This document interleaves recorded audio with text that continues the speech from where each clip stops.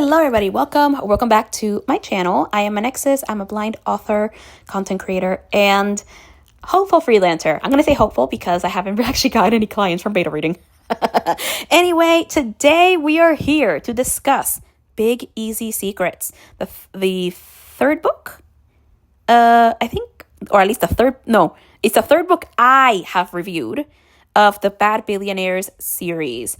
And as it's not a good book, you guys, but I'm gonna let you guys kind of discover that on your own. Listen to the content warnings I give in the video, please. Also, broad spoilers ahead. And finally, I should say that I am generally speaking very hyperbolic in this series. I mentioned people dying kind of in a bit more of a joking manner. So please take that into account when you hear me discuss something quite specific later on in this video. Without further ado, I should say some housekeeping things. I will update you in saying that I'm still working on my stuff. I'm writing. I want to say I also got a CPAP machine very recently, and I am finally sleeping well. So I hope against hope that I am able to actually create content more, or at least edit these videos and post them. I'm actually getting the itch to actually record a review soon, a new review, not the ones I have. So I will probably do that. And I'm feeling great. I am getting used to a schedule again. Even though I had a schedule, it just wasn't working out because I was getting lack of sleep. Currently in a weight loss journey. So I am also with that, and with good sleep, that's easier. I am very happy with the way things are going. So hopefully I will have more content for you guys once a week again. I'm going with once a week. I would do 3 times a week, but that's a lot. So I'm going with once a week. And I have a bunch of videos, and I can't wait for you to see them. I also hopefully can translate this energy to editing or finish the line and proof edits and proofreading, for Child of Death Book 2. And I start a job on September 22nd. I am very happy, you guys. So anyway, I hope you enjoy the video. Consider subscribing if you enjoy the content. If you want to check out my writing, go to my website. It's linked in the description. You can also support me either on Ko-fi or emailing me for beta reading services. It is paid, so I'm happy to discuss with you what that looks like. And the other way is to get my books if you're interested. As I mentioned, Child of Death Book 2, the first book is out. It is a novelette. So if you want to read it in preparation for that, you can. It is now finally on Amazon. So for those of you who actually buy your ebooks on Amazon, you can do that. Hopefully I will soon get my book on Audible as well, the audiobook. I'm very happy for that. Since Smashwords completed I don't think they completed, but at least I was able to get migrated from Smashwords to Draft to Digital, and that's awesome. So my stuff is there. So feel free to, if you buy your books there and you type my name, you should be able to find the book. So you can get that. And there's a poetry collection as well for anyone who likes poetry. And with that out of the way, enjoy the video, and I will see you on the other side.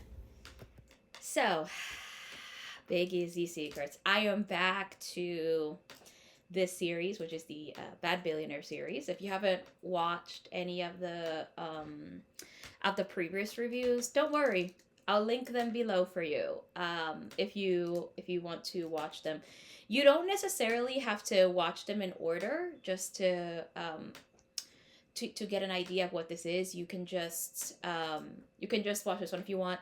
The series itself is basically contemporary romance novels, and they can pretty much be read. You can pretty much read them as standalones. I actually skipped one of the books because I didn't want to read it. So, if you don't want to actually go back, you don't have to. But if you are interested, I will leave it in the description so that at the very least you can find it. all this said, this book infuriates me. And it infuriates me because I don't know which is worse. I don't know which one is worse. The Rebels Redemption or this one. And I'm pretty sure I rated them the same, but they're just annoying. They're both bad. And before we continue, I would like to offer a content warning for Kidnapping, as I'm pretty sure the title of this video suggests. So, let's just go with the synopsis, because prepare for a rant, because I'm gonna rant today. I'm in a mood, so we're doing it. Stuck on a yacht with nothing but desire between them, Kira Sinclair pens a sizzling romance of hackers and rivals in her newest release. I wouldn't call it sizzling, but fine. On the computer and in the bedroom, she's the only one to match his skill. Jamison Neely, I'm gonna guess I'm pronouncing it right, but okay, aka the Joker, is one of the best computer hackers in the world. Kinley Sullivan is too. Working alone has always been his MO, but teaming up with his boss's sister, alone, on the water, in his yacht, is the only way to catch a notorious thief.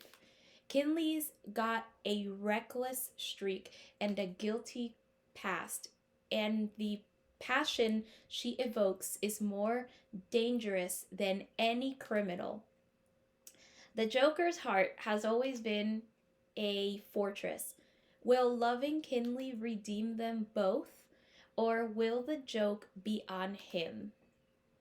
From Harlequin, a luxurious world of bold encounters and sizzling chemistry. Debatable.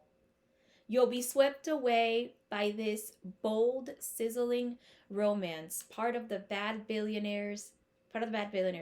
Debatable. I was not swept away. So, book 1, The Rebel's Redemption. Book 2, the one I skipped, The Devil's Bargain. Book 3, The Sinner's Secret.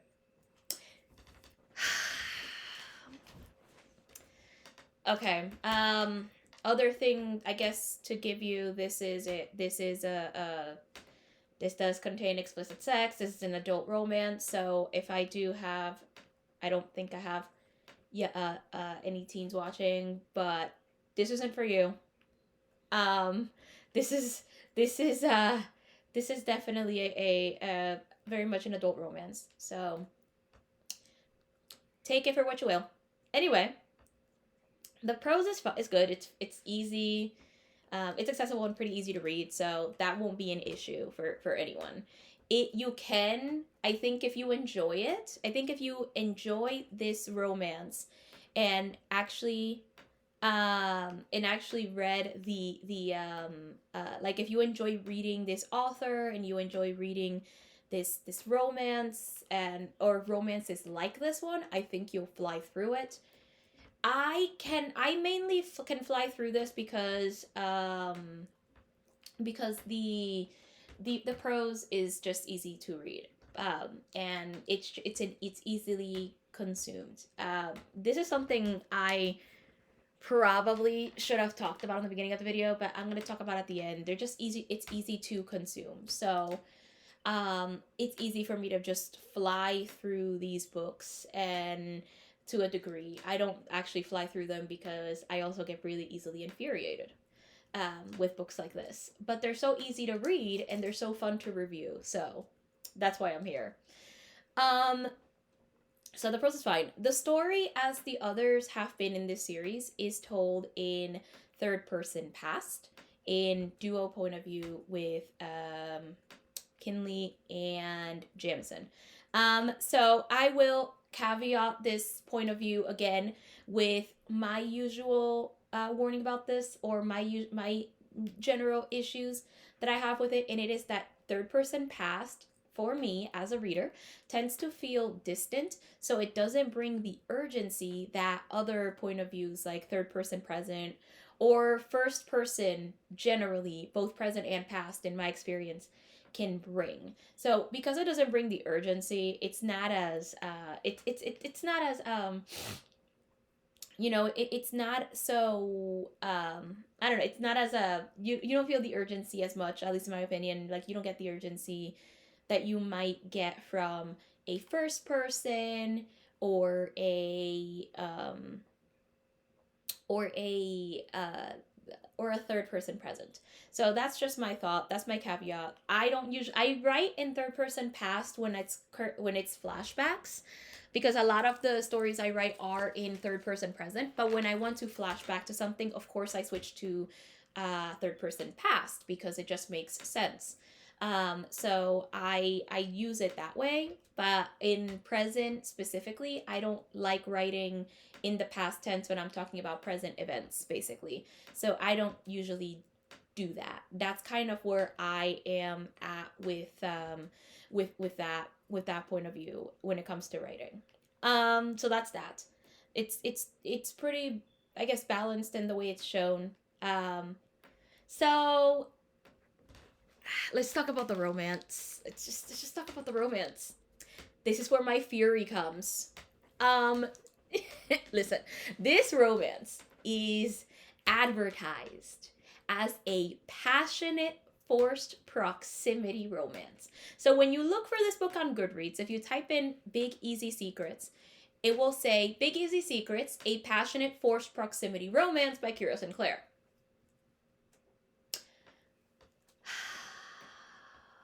God. I will say this. I will remind us all in a minute, but I do love this trope. I do love the forced proximity trope. I hate the execution in this book. Now, a quick reminder: tropes, character archetypes, and cliches are not bad. They are tools for an author to use. What's bad is execution. A bad execution can kill or save your story. It can make it or break it, right? So that's something important to note. The forced proximity trope is a trope used in romance where basically there is a situation where the characters are forced to spend time together. That's all the forced proximity trope pretty much means, and it implies, that's all it technically implies. And then what happens in that time is that they fall in love through these forced circumstances. A really good example of a forced proximity trope romance, or a romance that uses forced proximity, is Kiss Her Once for Me by I think it's Allison Cochran. I will link it below. I will link that below as well. Another one is The Bodyguard by Catherine Center. Those both use forced proximity pretty effectively. So in Kiss Her Once for Me, the main character has basically the main character and the landlord of the restaurant that she works for strike a bargain where she will marry him for a year, and in return he'll give her a certain amount of his inheritance because she has some financial issues. So they both agreed to that, and then she's forced to spend time with him and his family in order to kind of meet them and over the holidays. And what ends up happening, though, she doesn't know that the one of the family members is the guy's sister, who she had a one night stand with and pretty much fell in love with in a day. And it's so that's kind of what it is. So she is forced to spend time with the woman who basically broke her heart. And that is a good, effective use of forced proximity. In The Bodyguard, our main female character and our main male character are stuck together because he's an actor who needs protection, and a bodyguard was hired for him, and that was her. So she has to be with him in his family's home, and she has no choice but to spend time with him. So again, pretty effective uses of forced proximity. Now, why am I so angry about this trope in this book. The author took forced proximity and ran with it. And she took it quite literally, or they, I'm sorry, because I don't know if they identify as a woman. They took it quite literally. But this is where I should say broad spoilers for the rest of this review. Pretty broad. You can still read it. Forced proximity in this story was taken so literally I got annoyed. What ends up happening is throughout the story is that the main character Kinley is kidnapped via manipulation because Jamison steals her money, buys her a plane ticket for her to go to where he is, because she's in danger. Yet he has not asked her for her. She has not asked him for help. So what he does is he puts her. He basically forces her into a corner, takes her money, and she has no choice but to go to get her money back. But then that money is stolen by someone else. And he manipulates her into going into working with him. But in the yacht, the way he basically manipulates and isolates her is just worse, because what he does is he doesn't allow her access to any devices and everything. Oh, here's another content warning I forgot about. Invasion of privacy, because he give me one second. Okay, sorry. So yes, the invasion of privacy content warning. You should have it, because what he does is he clones her phone, and he's able to see what messages and everything come into her phone without letting her know that. He actually, even his staff is kind of enabling at this point. So he isolates her, gives her no access to any devices, not even her own computer. Like, he doesn't connect her to the internet. She is really not allowed to do anything at all in this yacht. He completely isolates her, and it is to a point where he actually does he actually lies to her about the yacht state to a degree. Like, they're fine, but then somewhere in the middle of the ocean, they fake a mechanical problem with the yacht, so that they would be stuck for a few days in the ocean, because he knows that if she reaches land, she would run, as would be her right. You kidnapped her. So yeah, forced proximity was used quite literally in this book, and I don't like it. Now I want to write my own forced proximity romance and do it better. You know, I should. I should make a sweet forced proximity romance and do it better, because when I read books like this, I always feel like, okay, like I'm not saying I'm like a great writer, and I'm not saying I could necessarily you know, do better all the time, but like, I feel like I could do better. At least to my standards, I feel like I could do better than whatever the fuck this is. I feel I could do better. So, I think I'm gonna make my next romance, my next sweet romance, because I am writing a dark romance that does have forced proximity, and it is literal to a degree. But no, it's just literal. It's literal forced proximity. Well, actually, no, it's not. It's not. I'm wrong. It's really not forced proximity. I wouldn't describe it as forced proximity. Anyway, but I think I'm gonna make my next romance a sweet forced proximity, and I'm gonna make it in that same universe as The Voice in My Dreams, because I feel I could do it better. I think I'm gonna make a few of those. Again, I feel I could do it better, and I hate it. I hate that I hate that that's a thing now at this point. So yeah, that's I'm just upset. I'm just upset. My one of my favorite tropes was just hurt that way. How could you? So yes, that is how this trope is used. And It's really not a passionate romance, if I'm being honest. Again, it would feel passionate if both parties were, I guess, into it. And technically they are. But it feels like, if I read this book, it feels more like she was worn down to a degree that she's just like, yeah, I'm agreeing. That's what it feels like. It feels like the character is just worn down, and I hate it. But it's the passionate part of this is pretty debatable. Honestly, the sex scenes are boring. I will compliment the author on this. They do have some chemistry.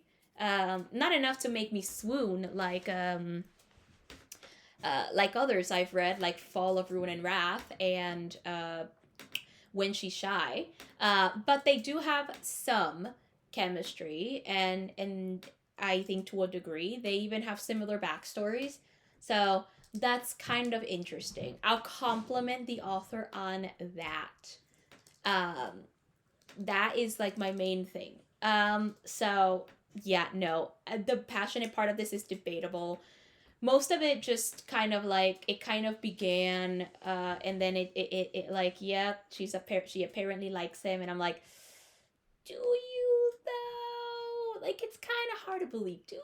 It feels more like he wore him. It's like she got worn down. I mean, she was deceived and manipulated, and she. And I'll talk a little bit more about something I did enjoy about this book too, because there were like an inkling of things I've enjoyed. Like, there were like little teeny things that I absolutely enjoyed about this book, and that, in my opinion, belong in a better book. So there are good things, but they're so few and far between, that I get annoyed. And by the way, I don't have cringy lines for you this time. I'm just upset with this book, and I'll explain in a minute, but I'm also kind of burned out of these books. So no cringe lines this video. So no, yeah, no, forced proximity is bad in this book, in my opinion. Okay, and stuff like that. So, as with many books in the romance genre, especially the series, it is definitely rampant with miscommunication, and I hate it. And it takes the same. It takes a page from the Rebels Redemption, where the main female character is basically saying, "I don't want to be here. I didn't ask for your help. Stop doing this shit. Like, I didn't ask for this. I don't care. Like, I don't want you to do this. I don't want you to do this." And the guy still does it because somehow he knows better. I hate that. I hate that so much. So that is kind of where that is where it goes. Like, she's communicating quite well, but he of course doesn't listen, and he just does whatever the fuck he wants at that point. And he pretty often just violates her wishes, her privacy, her um pretty much doesn't really give her freedom to do anything, which is really annoying. So yeah, miscommunication is pretty rampant in this book, as well, for those of you who dislike that trope. I don't dislike miscommunication in stories when done well. I think it can work. I think it can work if the author is able to pull it off effectively. I think Kiss for Once for Me did it well, because there was miscommunication in the on both ends, and it showed though that one of our characters specifically has issues with communication generally, and she's falling into specific patterns, due to stuff in her childhood. So it can absolutely be done well, but this is humiliating. The way this was done, I'm just like, why like would you do this to me? So yeah, no, I don't enjoy this. I do not like this. So that's where the miscommunication kind of comes in. The romance is just as expected. So the pacing. The pacing pretty much fits a category romance. Everything is fast, nothing's built up to. It's just everything kind of happens, and everything is more contrived than the last. So everything is so contrived to just like that happens. Plot, like the plot of this book sounds great, but like in because this book serves the romance, it doesn't. The plot is basically thrown to the wayside. The plot only happens when it's convenient, and I don't. I've said it before, and I'll say it again. I don't like this in romance. It's one of the few things. Like I like the romance genre, but personally, I don't like this in romance. I do not like when you have a when you have a great plot, and you basically push it to the background, and the romance is the only thing that matters. Fourth Wing did this too. I don't remember if I mentioned in the review whether I like this or not. I really don't remember what I said in that review. It's been a little bit. But Fourth Wing does it too. There are some issues with it. Then again, there Fourth Wing has a series. This is a standalone. So with Fourth Wing, I'm willing to give it more leeway because it's a series, um, and stuff like that. So that's kind of where I'm at with that. But I do not like this because I think if you're gonna have a plot, and like I don't like when the plot is just pushed into the background, and have the romance be like the only thing. I understand that a romance is only like the love is meant to be like the love story.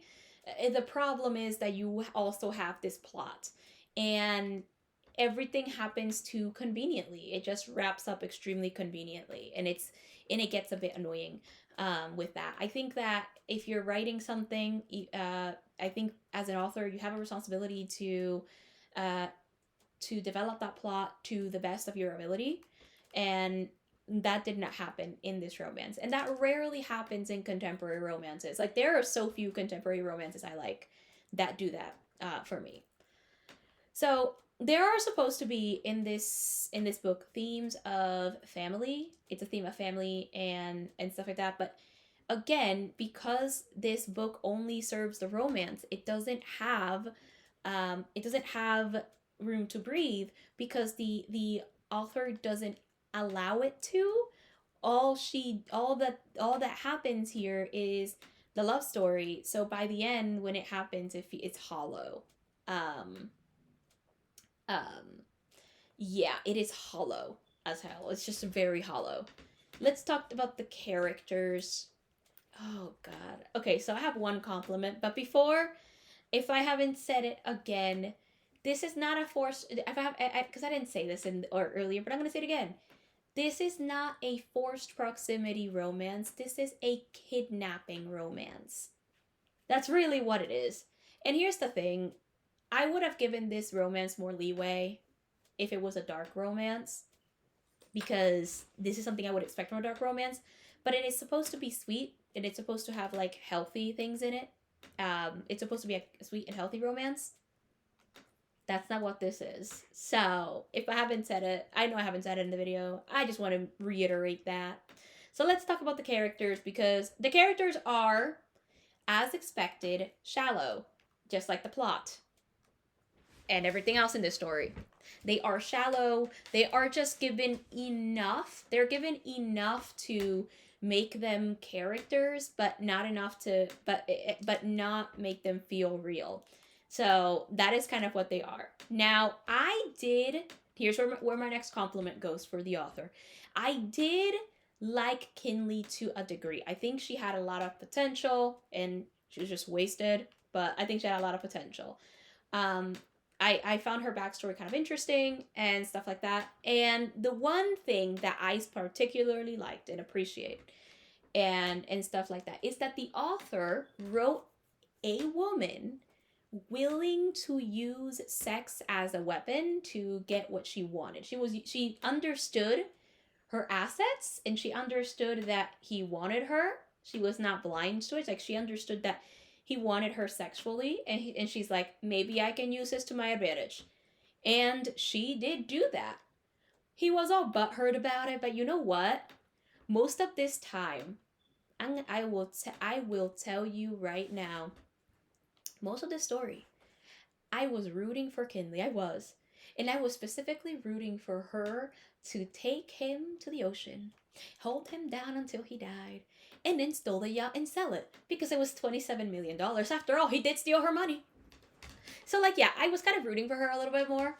But yeah, I appreciate that the author wrote that because she understood her. She understood that he wanted her that way. She could use it to her advantage. Yes, it was her. She's like, I can't believe like you used me, and she's like, yeah, you kidnapped me, you lied to me, you manipulated me, like I had every right. And I was like, yes, good. So I appreciate that. I think we need more of those. I like those women, so I think we need more of those because I think those are women I rarely see in stories. So I appreciate that that was written in. Her arc though barely existed. Kind of like, well, Jemisin's arc is worse, but hers was just barely there. So her arc was supposed to be about kind of accepting help and accepting family. But she, throughout the book, doesn't want to see her brother, who is gray, by the way. I had some hope for him. Now I don't. But basically, he's her brother. We find this out in the last book, and she hasn't been willing to see him for like the last year. And he basically told Joker like, yeah, when she if she, I'm not gonna force her, if she wants to come she will, right, kind of thing. But then uh in the story, because they need help due to an event that occurred, he calls for Gray, but doesn't tell her, doesn't warn her. So when it happens, when they meet, she's not willing, at least not at first. They talk and they seem to reconcile or whatever. And it's like, yeah, like he's like, yeah, I don't hate you or whatever. Like they seem to reconcile in that. But again, she didn't originally want to, so he forced this conversation, like he forces everything else in this story. I hate it. I hate this. I hate it. Now, how this would have worked better, you know, if you have a good character and not a controlling asshole, what would have happened is you would have gotten her to see why, like, you know, that yeah, he doesn't hate you, like or whatever. Like you would have gotten her to see that. And the way you would have done that is by not having a controlling asshole. You would have had a normal understanding person who maybe reached out to her as a friend or something. Because listen, I like the concept of the story, and if it was, and I would even rewrite this if I had the time, but I wouldn't. Like you know what? I'll give you my mini version of how I would rewrite it at the end of this video. How about that? Like there are so many better ways that this could have been written better. I think, because this is a good concept, and it was just squandered. So, yeah, like this could have worked, but instead the arc feels forced, and because he forced her to talk to him in a degree. He just like left her alone with him to talk, and she wasn't happy about it. She was angry and everything, and I mean during the black moment, like she yelled at him and everything, like you don't get, like you've done everything. You've taken it out of my um of my hands. Like you didn't take my perspective in anything. And this is also part of where the miscommunication crap comes in, because she's been telling him this from before, from the very beginning, and he has the audacity to be like, oh my god, like yeah, I did all that, but she always has to twist it into the worst interpretation. Bitch, how else is she supposed to take it? How else? How else is she supposed to take it? You kidnapped her. You kidnapped her. Please tell me how else she's supposed to take something like this. I would like to know. I would appreciate the way she's supposed to. Like, I'd like to know, because he's like, I did it to protect you, and you twist everything into the worst interpretation. And I'm like, worst interpretation would involve death. And that would be my interpretation. I'm sorry. Listen, I live on SSI. Just so you know, I live on SSI, okay? I receive a monthly check from the government, whatever, from the government every month, which means I live depending on what I have at the time. Yes, I can always ask for help, but if I need it, like I have really close family, so I can ask for help. But the point is, I get a salary every month. That man, if I met a guy like that and they stole my money, sorry, dude, you have to die. You gotta die.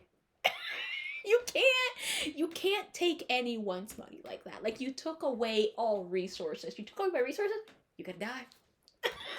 Which is why I was basically rooting for her to do that. And it was a romance. I know it wasn't gonna happen, but you know what? Girl can hope. So, basically, the the fact is that yes, it feels more forced. So her arc doesn't feel that way. Doesn't feel great, especially because the author started with her having agency, but like in the Rebels Redemption, they take away that agency by having the guy pretty much just continuously taking it away and having her worn down, and he's always right about this and he's always right about that and whatever. So they took away her agency, and that helps even less. Like, she literally gets no agency. There's just so much there. Now, as for Jamison's character, you know I hate him now, by the way I've been talking. I hate this character. He's controlling, manipulative, and he he has he is the kind of person I would never want to date. It wouldn't happen. His arc is actually worse than hers, and it's because it's non-existent. He has no growth. He at the end apologizes, and I'm supposed to believe they're in love, but he like apologizes at the end, and I don't and but you don't see the growth. You see nothing. Um I was very happy, by the way, with what happened to the yacht. That's as much as I'll say. Um and I just find myself annoyed because I found the story interesting, and I found like the concept interesting. That's what I hate about some of these contemporary romances. The plot, delightfully interesting. The story execution sucks. So that's kind of where everything sort of went. Like, he basically has no arc. I appreciate again with this author that the black moment is fast. It didn't take forever. It was like 2 chapters.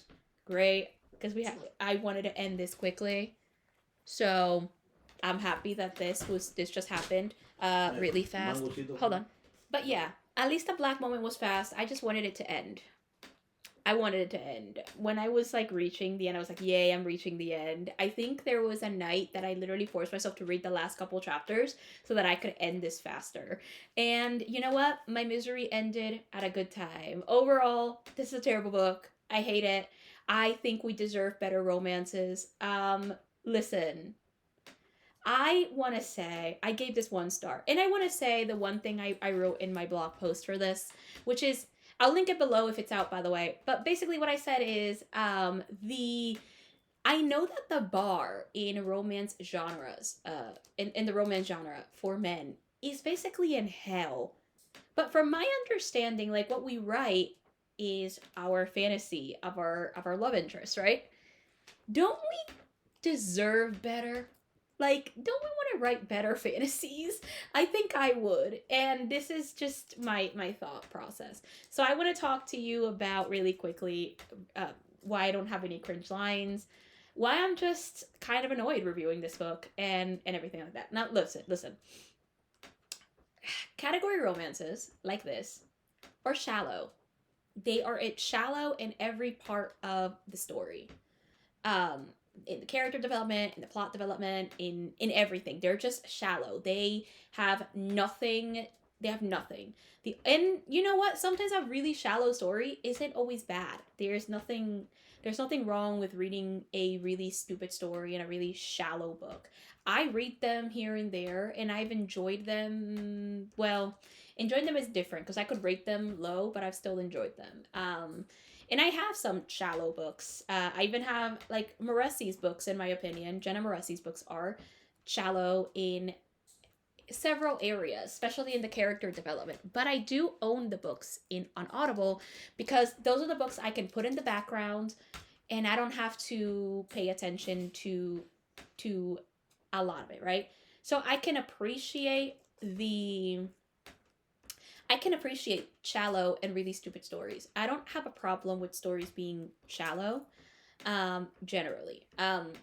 But these are so shallow that there's so little engagement on my end. Um, I've said it before, either in my blog or here or both. But category romances are soap operas, but in book form. Except that the soap operas I've seen usually do better at developing plots and characters and actually giving you a fulfilling story and engaging the consumer. While these romances, at least for me, don't do that. These romances are shallow, as I said, in every part of the story. So what they give you is just an extremely shallow story with barely any engagement. I mean, even for a shallow story, I do need a level of engagement. I mean, Light Lark is a really good example. Light Lark, which I have reviewed and I'll link below and everything, did engage me to a level. Like there was a level of engagement even though I rated it low. Um, so that's the thing. Um, that's one of the things. Like I think that Lightlark engaged me, even if it wasn't that great, it still engaged me. Another book that I think what's another book that did it? I mean, Fourth Wing engaged me, and it had some things that had issues in it, but I still enjoyed it. And I liked it better than Light Lark, truth be told. But like, yes, Light Lark engaged me. There are other books that did that too. Even Iron Widow, which I critiqued quite a lot harsher in my opinion than Light Lark, had a level of engagement for me. But these contemporary romances just can't do it. However, I'm torn because these are really fun to review and just really easy to consume. Because they're so shallow, they're just easy to read, easy to put up to say that you read it. And it's like you can basically trick yourself into reading by reading books like this. It's really easy to do that. My issue right now is I'm going to end up taking a break from these contemporary romances for at least a month because I deserve good books and I'm starting to get burned out on these. These are getting more boring than they usually are. And don't worry, I'll return to these because I like reviewing these and tearing them apart. These are very fun for me. These reviews where I tear them apart and tell you everything that's wrong with them are fun for me, so I am going to do it. It's just that I need a break from these romances for a little bit. But don't worry, you'll have other books from me that in my opinion are better. And that's it. Like I'm just getting burned out. But as promised, here is the way I would rewrite this book. Here's like the mini version I would write it. So first of all, I would change the beginning where he doesn't actually put her in a corner. We actually want this Jameson to be redeemable. So what I would do instead is that he reaches out to her with the with the truth without him stealing her money or anything. But basically what I would do is he reaches out to her like, hey, maybe either that or they've been in touch for a while because she knows he's been watching her because yes, he's been watching her for like a year in order to like see what she's doing and keep her safe or whatever. So maybe since she knows that and he knows that, either A, they strike, you do one of two things in my opinion. One, you have that he's watching her or keep an eye on her, but they're both aware as is in the story, but because they're both aware, they start talking. Maybe slowly he starts talking, so they form a bit of a friendship. They form like a tenuous friendship because she doesn't fully trust him, but they form a bit of a relationship. Or two, if he's watching her, 1 second. Okay, guys, I'm sorry, I'm back. I just finished eating dinner. Anyway, as I was saying, the second way, because the first one is you have to strike up. They would have to strike up some kind of relationship, either a friendship that later kind of develops a little bit, like a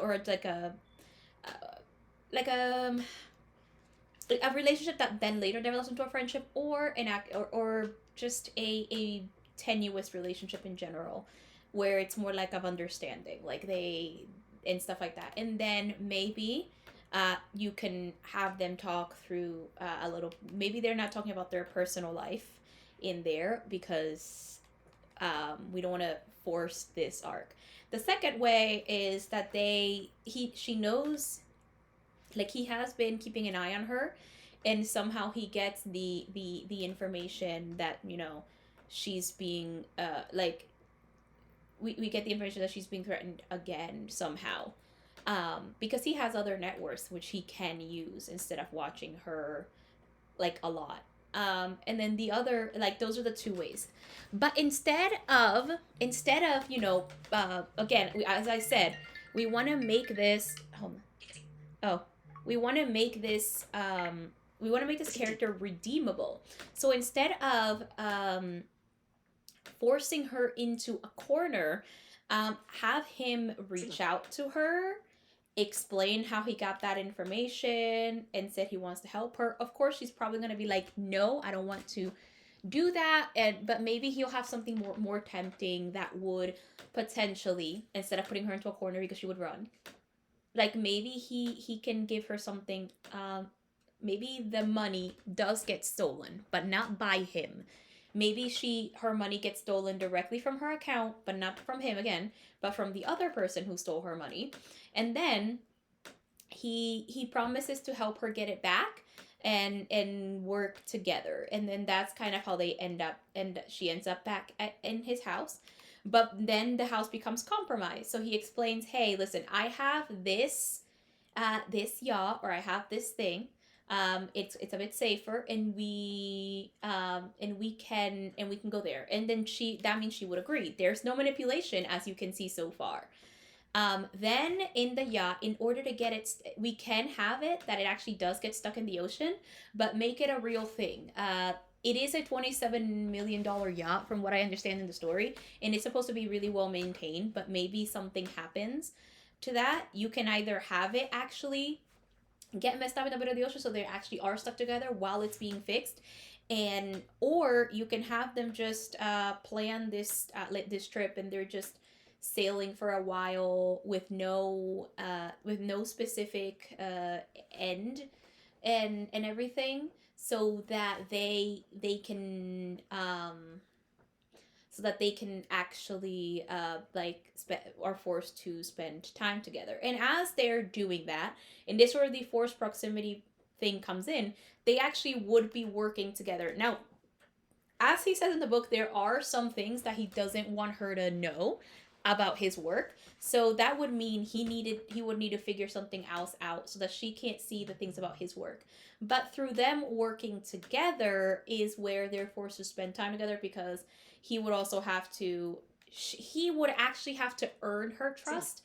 In this rewrite, he would have to earn her trust, which in my opinion he did not do. So he would have to earn her trust in this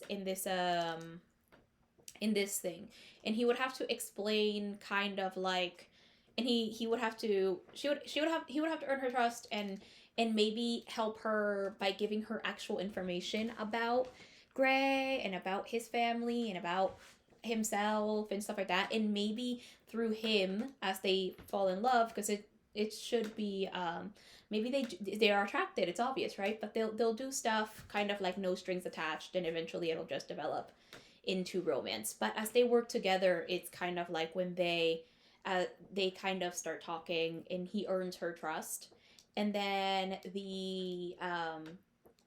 their feelings deepen, and then maybe she does agree to her brother. Now, I'm gonna spoil some parts of the ending here. Basically, what she ended up getting herself into was that she stole money she wanted to steal some money from politicians, but turns out these politicians were from a charitable organization, and most of them are there and stuff like that. So what ends up happening is that they ended up she has the evidence for it and everything, and they ended up getting one of his contacts, but then she gets attacked in New Orleans, and they don't and they have to return back to the yacht, and with pretty much no information. And then the flash drive had broken with the evidence, but he had copied it at some point when she was asleep. Now, we're going to change that event a little where he doesn't copy it when she's asleep because he's earning her trust. He is able to eventually give her a sane plan. And it's like, hey, listen, anything can happen to this flash drive that you're wearing around your neck. Why don't we copy it? That way we don't lose any of the evidence. And maybe it'll take some convincing because she's not she has some trust issues, but he maybe presents her with actual logical sound reasons to do it, and then she would agree. um Look at this, we're getting rid of miscommunication. Well, not entirely, but we're working on the communication. We're trying to use miscommunication effectively because maybe she doesn't communicate because, of course, she has trust issues. So she doesn't want to do that. And so she eventually she learns though. And then after she gets attacked in New Orleans and they have to realize they have to go there, they maybe throughout the story as he is kind of helping her out. Maybe throughout the story there will be like scenes of her. I think there should definitely be scenes where since she's trying to change and she's trying to kind of accept more help, there could be scenes where maybe she's actually like thinking about it like, hey, I would have wanted this or something. So maybe I'll try to reach out. And maybe in these scenes, she does reach out to Gray and they kind of talk little by little, basically. Like you would see them talking little by little, not a lot, just a little bit. And she starts talking to him. But then after she gets attacked and they're in the yacht,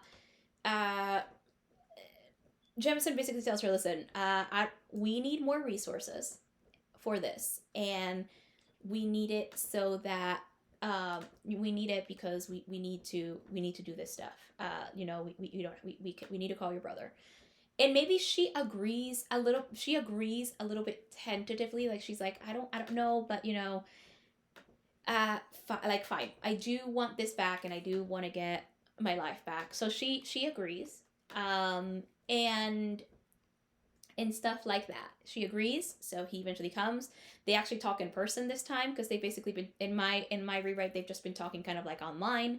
So they talk in person, and they there's a scene where that end scene she does cry because she's kind of grieving a little bit. Maybe she does that again, but they talk this time, and stuff like that. And instead of getting mad at Gray, we're kind of going to change the black moment to make it more external, where instead they just get a warning and then they jump and then like the yacht blows up. But we're gonna make it the original black moment was that it kind of all this stuff kind of like went back together, and she decided to because he copied the flash drive, it was kind of her last straw because he keeps not taking her opinion. He says she turns to Grace. She's like, I would like your help instead of his help, basically, and she leaves for a while. And then he's feeling terrible about it, as he should, Jameson. And for some reason, this way I don't have any faith in Gray anymore. He basically convinces her to go back in a way because she wanted to go back or whatever. Because she's like, yeah, he did it for this reason, and she kind of excuses him. And he's like, there's no better thing than love or whatever. He basically kind of convinced her to go back. I had faith. But no, Gray gives me no faith anymore. He was the least problematic of the love interests so far. Now I'm just annoyed by him. But instead, we'll make it so that maybe the instead we'll make it kind of external, where they are trying to decide what happens, but then they get a warning that the yacht is about to blow up. And about the cloning of the phone, by the way, maybe she actually does allow it this time. She's like, hey, listen, you can look at this because just in case. Or there's no cloning and she just tells him eventually as she starts to trust him. But maybe make it so the staff won't be there as they have basically, as it was in the book. Make it so that the people, they get a warning that the yacht is about to blow up. Everybody kind of like jumps ship. But the yacht does blow up, and they're not super, but they're kind of they made it out, But black moment being that Kinley doesn't see Gems, and so she doesn't know if he actually made it out entirely, because it's kind of like they jumped out, but they like separated, so they don't know what happened. Eventually they do reunite or whatever, but because they jumped into the ocean, she doesn't know what happened, if he was too close to the explosion, or if anything ends up happening with that. So that would be like the black moment. It'll be short and sweet because eventually he comes back. I could make it that he was injured or whatever, and we don't know if he would survive, but I don't want to go this dramatic. I really don't. So, eventually that happens, and then they reunite, and they never figure out what to do with the. I would keep the ending somewhat the same, where they fake their deaths, and then they move to Charleston, in order just not to be hunted again, and also because of what other reasons I think they put in the book. So I would keep the ending the same. I would just do this a whole lot differently, like make the black moment like better, because I think you can absolutely do a romance without so much miscommunication, without so much dramatics, without this because it's like the problem with the miscommunication trope is that authors often use it to manipulate you, the reader, into feeling something. So it's a really convenient tool. It's a really convenient dramatic tool that authors pretty much use to make you feel something, to manipulate you into feeling anything at all. Instead, it just makes us upset. And that's the problem. Miscommunication can be used well, but most of the authors that I read in contemporary romance do not use it well. They just do not, in my opinion. So yeah, that is my mini rewrite. Let me know if you've read this book, and if you didn't like it, how would you rewrite it? If you liked it, what parts of it would you rewrite? Let me know in the comments. I really would like to know. I would love to know this. Okay, so here I am with some final thoughts. I should say, it wouldn't be a video if I wasn't getting constant interruptions, would it? I am sorry for those. But here are some final thoughts that I have, I guess. It related to my rewrite specifically, and a couple of other things I mentioned that I do want to clarify a little bit. So, one thing. If you noticed this, the rewrite that I did is more character driven, very much more in the literary fiction realm, in my opinion, more specifically literary romance. And it's a really interesting topic that I would like to eventually discuss, but I am not going to discuss it in this video because somehow the next book in this series, if I remember correctly, I was actually angrier. If I remember correctly, that I did that review in one take, and it was 1 hour and 6 minutes. So I feel that I may as well make that video longer and discuss it there and talk about certain other things that I think are important, and literary romance is one of them, specifically discussing the differences between literary romance and commercial romance based on my understanding in that area. And if you noted, though, I did focus more on the characters, and the plot was more of an external factor, and so were the conflicts. Because, again, like I said, miscommunication is not necessarily a bad thing. Miscommunication doesn't have to be bad. No trope is, in my opinion, exactly bad. Execution is bad. And miscommunication, most of the time, generally speaking, the reason it gets a bad rep is because it's not executed well. Instead, what you have is a story that can be resolved by a simple conversation. And I know that sometimes the argument might be, but humans don't communicate that way. Yeah, but also humans can learn to communicate that way. Not to mention, this is a story. You can make it whatever you want. And you can make the characters as realistic as you like, but that doesn't mean that readers are going to like that miscommunication, especially when it's this stupid half the time. You know, most readers that I have followed, anyway, most booktubers that I follow, hate the miscommunication trope because it's dumb. It's the easiest, most plot convenient way to keep your characters apart. honestly, this is the trope that is somehow becoming less creative. Like, there's nothing wrong, again, with using tropes and frameworks and stuff like that, but somehow using miscommunication now feels like a cop-out because most authors somehow aren't doing it well. And I don't know why. I'm not saying I would do it well, but I refuse to use it because reading miscommunication in stories is not, it makes me not want to write it because of how bad it is. And if I do write it, I don't think, I think I don't know how I would. And if I don't remember if I have actually written some type of miscommunication in my stories yet, actually. I prefer writing characters that communicate well because I at least try to communicate well. So that's been my experience. And that's what I try to write most of the time. It's a really interesting, I think, dilemma because I think mixed communication should be really good, and I think it can be written really well. So when it kind of becomes the crux of your story, and somehow it just starts feeling more like a cop-out and less creative, it ruins your story. And it just ruins your writing, generally speaking, in my opinion. So that is one of that is the issue that I have with these specific with this specific trope in the way that it's generally presented. Another thing to say is that this romance does kind of touch the edges of dark romance a little bit, not by a lot, but kind of. And then again, so did the Rebels Redemption. It kind of touched the edges of dark romance. I think dark romance is a conversation for another time, but for now, what for the most part, if I want to make a video, I will give my thoughts. I mentioned I was writing a dark romance, but I no longer am. It was supposed to be a dark retelling of Sleeping Beauty, and she was essentially there was a relationship between her and a deity. Because let's be honest, I never write contemporary. I can't do it. And it was very much, I wouldn't call it forced proximity, just because I think forced proximity is actually a good trope, and it was more like a weird forced relationship of some sort.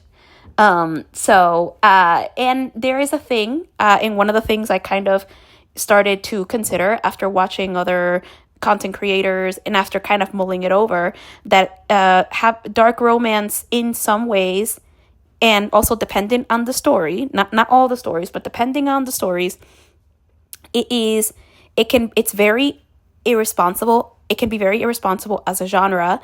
And there should be a way to delineate something like dark romance, aka a romance with dark elements that maybe practices things, or that maybe either speaks about darker subjects, but also touches on more, I guess maybe more darker fantasies, let's say, and essentially maybe something like erotic horror, which might be something. Well, I have not read it. I've read it. I've seen enough reviews to kind of feel comfortable. Well, instead of something like Haunting Adeline, which that could be erotic horror, because in a lot of these dark romances, or that people call dark romances, there is actual sexual assault. And I don't mean CNC, consensual non-consent. I mean non-consensual sex. And again, sexual assault. I think there should be a difference. There needs to be a way to delineate the difference, and marketing should be better, especially considering that quite recently, I don't know all this information, but my understanding of something that occurred is that an author wrote what she calls a dark romance, and said dark romance was between a doctor and a coma patient. You know, a person who couldn't consent while the doctor most likely assaulted her, based on my understanding. Also, certain authors are pushing the dark romance genre pretty heavily. That's another one that I think occurred this year, or at the tail end of last year, maybe this year. I don't know. Time is blurring together, y'all. She essentially had pedophilia in her book and marketed as dark romance. In a couple of years ago, there was also the the things with Tilly Cole and all that fun stuff that happened. I'm calling it fun stuff sarcastically, by the way. So I think there should be a way to delineate it. Now, this touches a little bit on dark romance, specifically the one where you could get kidnapped and you end up falling in love with your captor, which, by the way, that is Stockholm syndrome. And in that way. So this kind of touches on that type of book. Like, this could have just as easily been either what I told you, the way I would write it, or some kind of horror. And if this was a horror, I actually would have probably rated it higher, because essentially this woman is her money was stolen. She was manipulated into going to try to get it because she needed resources. He kept her isolated in a yacht. And it has the elements of a horror story. And if she would have maybe marketed it as some kind of horror of sorts, I probably would have given this a better rating, because this is horrifying. What this book and the stuff in this book is horrifying. Now, I should also say that I am a bit harsher on contemporary romance when it comes to these elements. Romantasy is very much romantasy very much perpetuates more toxic relationships. I can say this. Romantasy does generally perpetuate a bit the relationships are a bit darker in romantasy. And I still am happy to read them. But the difference between romantasy and contemporary romance is that romantasy is in a fantasy world. And at least most of the romances that I read, at least, have fae or gods or something in that form. So I am generally able to forgive to forgive the behaviors a bit more, because it's not in our real world. So when Niktos says to Sarah, if you would have died, I would have destroyed this world.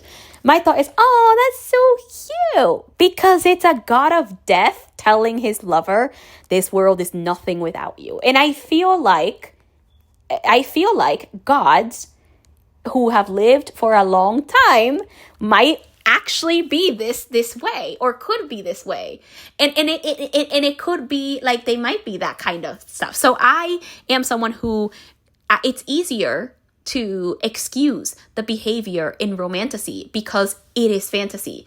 But in contemporary romances, it's a bit more difficult because it takes place in our world with people you could likely meet somewhere. I mean, I'm not going to meet a fae. I'm not going to meet a demon. I'm not going to meet an actual god of death, right? So it's easier. It's easier to say this behavior. It's easier to look at it and say, yeah, this behavior is bad. But in this occasion, it's kind of hot, right? It's easier. It's easier in that sense. I can't even fully do that if I read some contemporary dark romance. That just doesn't work out for me because it's in a contemporary setting. But in a fantasy, I can kind of excuse the behavior to some degree because I'm not usually reading the romances of humans all the time. I might be reading the romance of a human and a fae, but the human might eventually get magic. I might be reading the romances of two fae or two vampires or whatever, but it's rarely that kind of romance, right? So it's easier to excuse that behavior. I do talk a little bit about this in my review of the third book of Flesh and Fire. That's where I kind of made the realization. You will have to wait a couple of weeks to see that. I think maybe 2. I'm not sure. I have to look at my schedule. But you will have to wait to see that. But I do talk about it. And it is really interesting. It's really interesting. But the point of this to say is that I am usually harsher at this. And I will acknowledge that. I am harsher on contemporary romances for this. Because it's easier to excuse behavior when they are creatures that don't exist falling in love with either another creature or a human. It's much easier to do that. Because I'm in a fantasy setting. I'm not in our world. I'm not in Florida or anything like that. So I did want to acknowledge that because I think that is also important in how it colors my review and kind of what influences me. So those are some thoughts for you. I guess the other thing I will say is that I hope you're ready for the next review of the series. They do burn. They can really be. It's really interesting reading this, I guess, in that area. It's interesting to look at this and review these because these are such terrible books for me. Like, for me, they're terrible.